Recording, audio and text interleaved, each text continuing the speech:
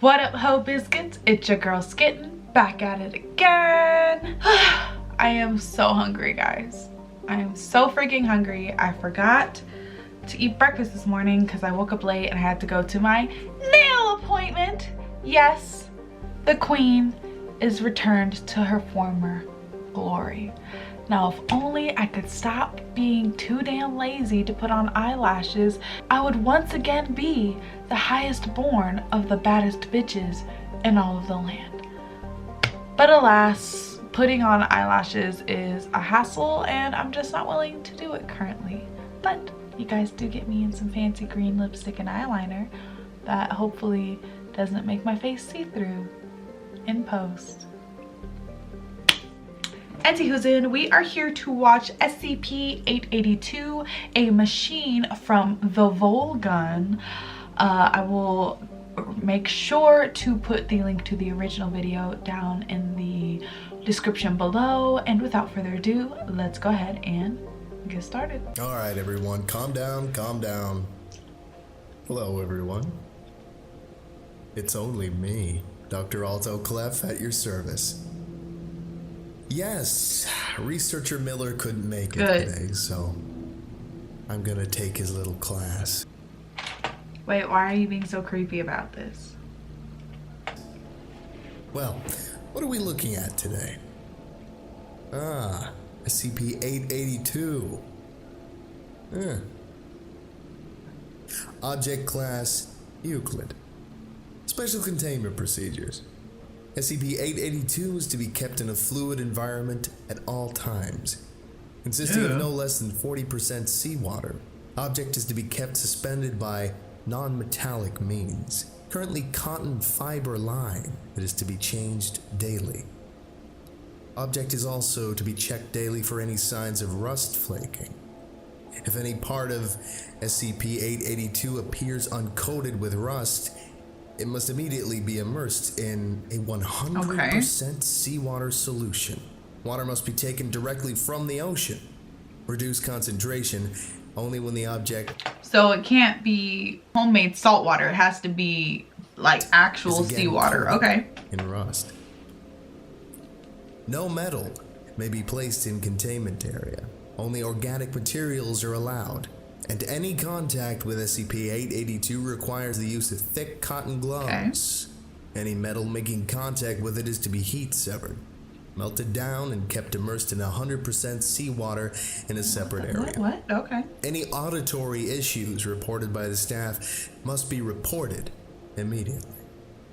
And affected personnel must submit a full psychological examination and, depending on the results, either transfer to another facility or permanent containment at... Oh no. Okay, let's get on to the description.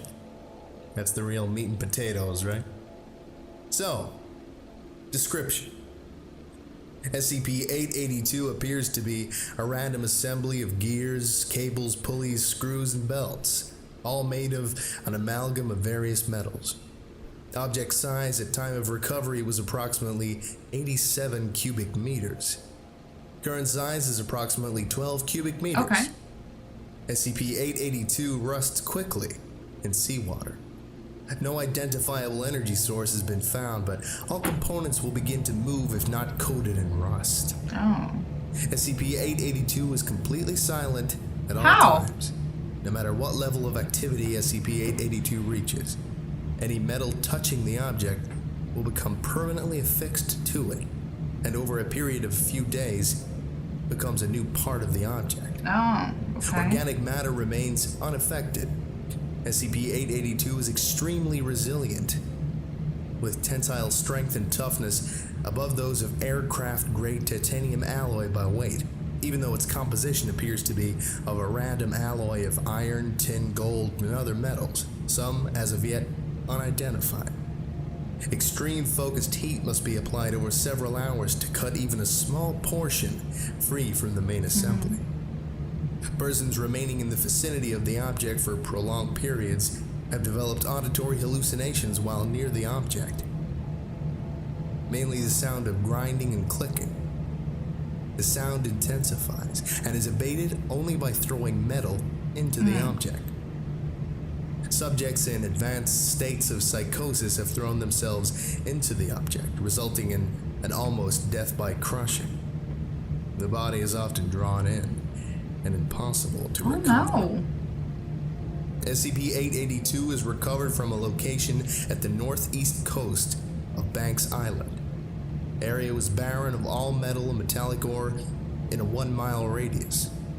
SCP-882 was found at the geometric center of the area. SCP-882 had become submerged in seawater at the time of discovery. A small town was found nearby, abandoned for several years. SCP-882 was removed and shortly started to flake off rust, causing the varied parts to begin to motion. After several accidents, Dr. Gears authorized SCP-2519 to be played on loop, which successfully reduced the object's motion, enabling safe access. SCP-882 was then cut down and contained on site.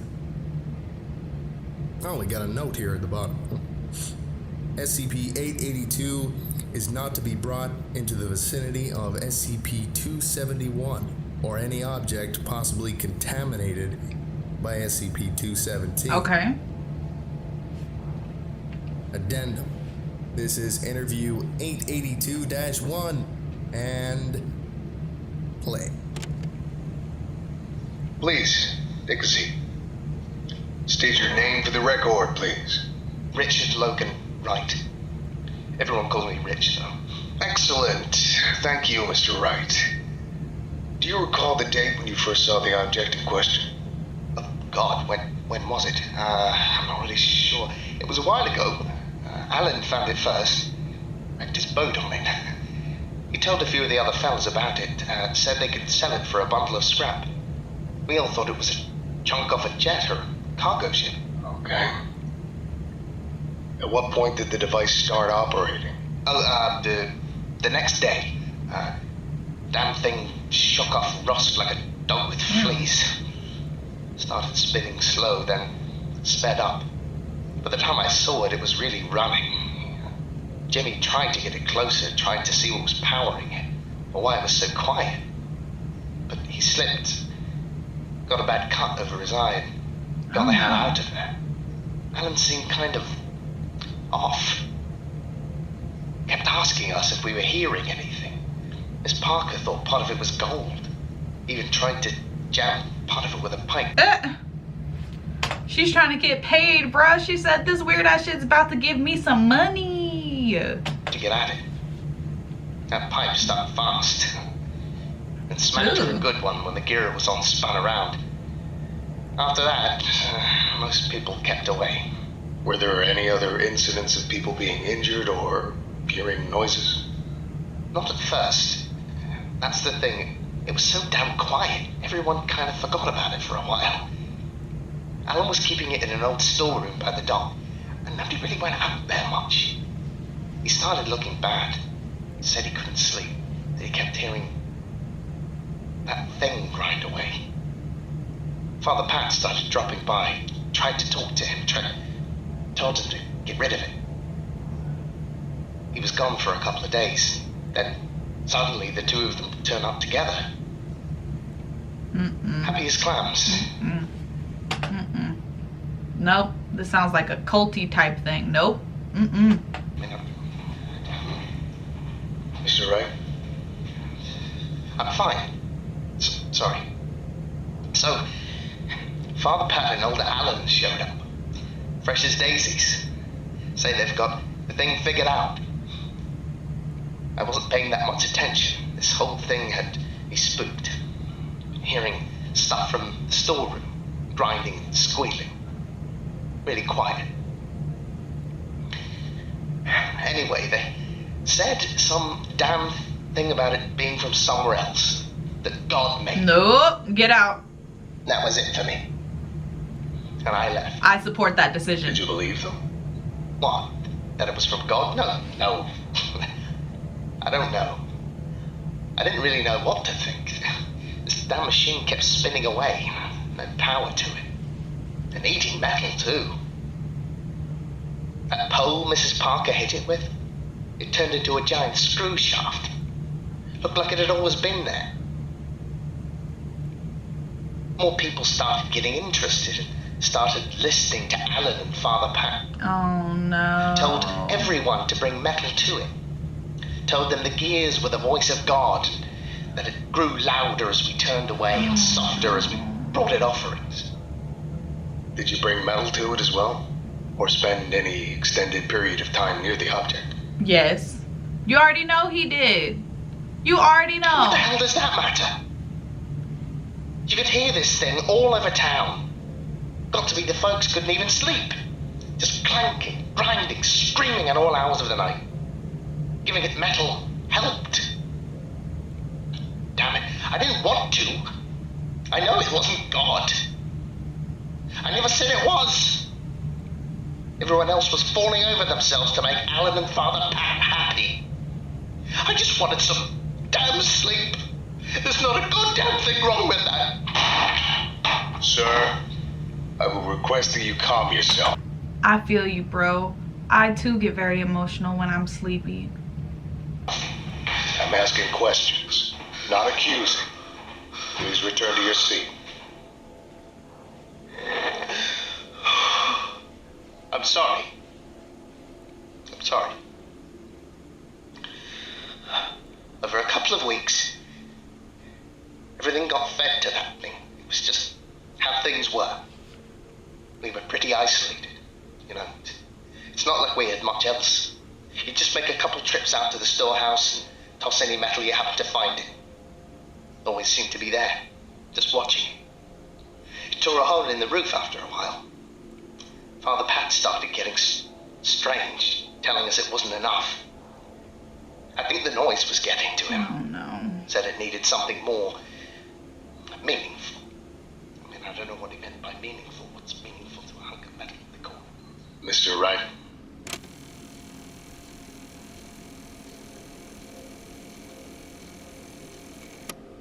I came in one night because I heard people shouting from the storehouse. Father Pat was leading a prayer to this thing. I told y'all. It didn't sound... Didn't I say it was a cult? Didn't I say it was a cult? It's a fucking cult, man. The Leaf Village all over again. like any prayer I knew. People were coming up, and he bent over them.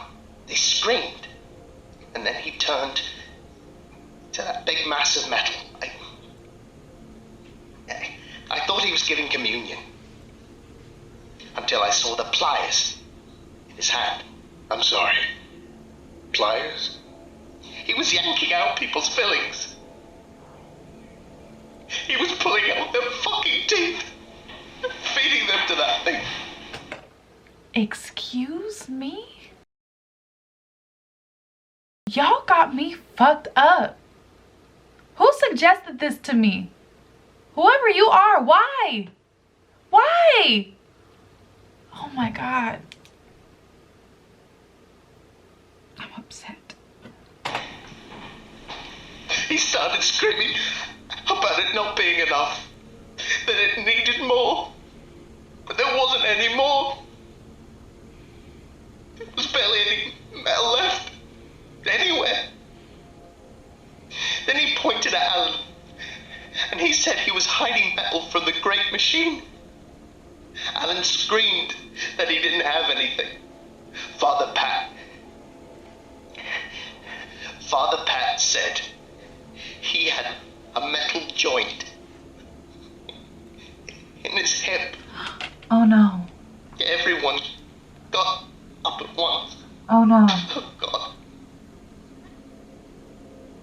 Oh God. They grabbed him. Everyone just grabbed him. He started screaming. Oh my God. He kept screaming and screaming, and nobody cared. I saw his arm go in, saw all his fingers break, and pull the rest of the arm in, and I ran. What could I do? Jesus, I couldn't stop it. too many. Oh my God. And that thing was screaming and screaming. And Alan was screaming and Father.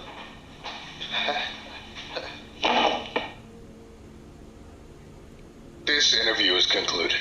Thank you, Mr. Wright. Security, please see Mr. Wright out. Oh my God.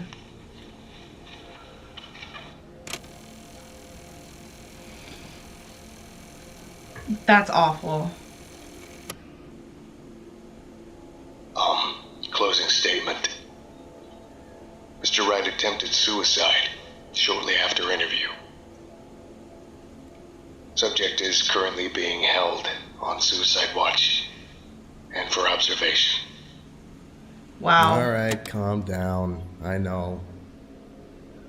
Kind of upsetting, right? You think? Maybe? Nobody said your time at the Foundation was going to be picnics and hugs and cotton candy parties. So, let's just leave it there. What is a cotton candy party? I want a cotton candy party. That sounds great. Can we have like fun flavors? Has anybody ever had sour cotton candy? I never have, and I feel like it would be so good. Sorry, that was super off topic. Was that it? Okay, everybody, just go away. You said get the hell out of my face. Wow. I really gotta veto these tapes before I play them. Well, hope you guys enjoyed that video. Again, that was SCP-882, a machine from the Volgun. Make sure you leave your reaction, suggestions, and requests down in the comments below. And other than that, peace out, Hope Biscuits. It's Skitten Lit.